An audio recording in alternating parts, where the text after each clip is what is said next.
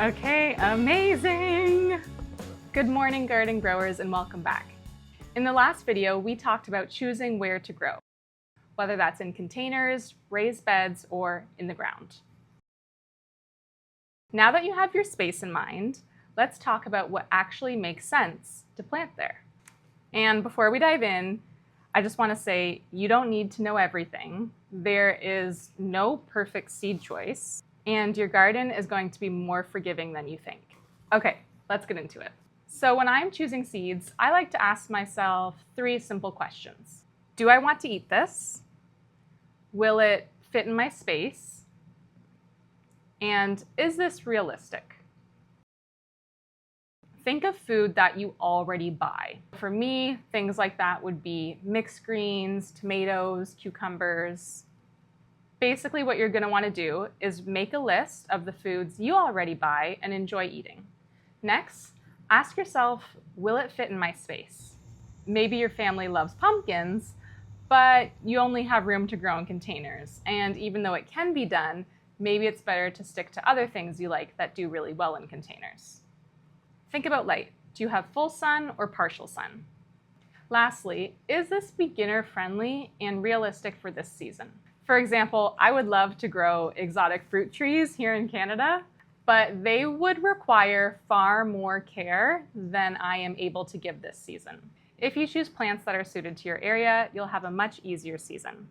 You can always experiment with more challenging plants later on.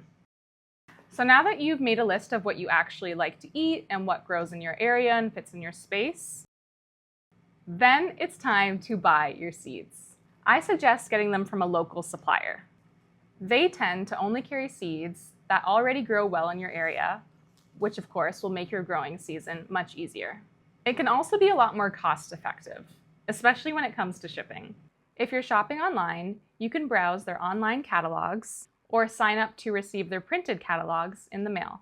I love this because it's so satisfying to flip through actual pages when I'm choosing where I want to grow. You can also buy seeds in person. Garden centers and nurseries sell seeds, but even most grocery stores and even hardware stores will start to carry seeds in the springtime.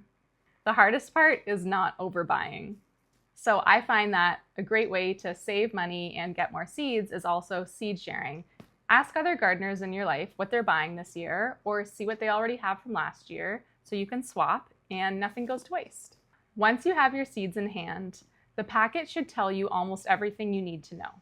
Here's a few key bits to pay attention to. Look for something like a number or days to harvest.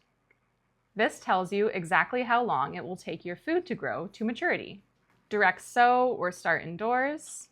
This is important because some seeds don't like to be disturbed once they've been planted, whereas others might need extra time inside before they can be planted outside.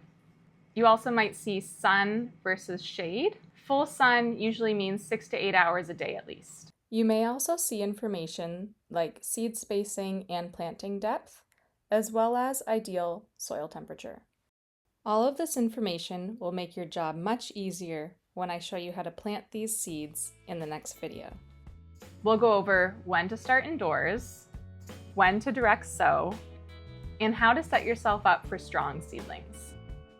So if you've already chosen your seeds, you are ready for the next step. Thank you so much for following along. I'll see you in the next video so we can all grow our gardens together.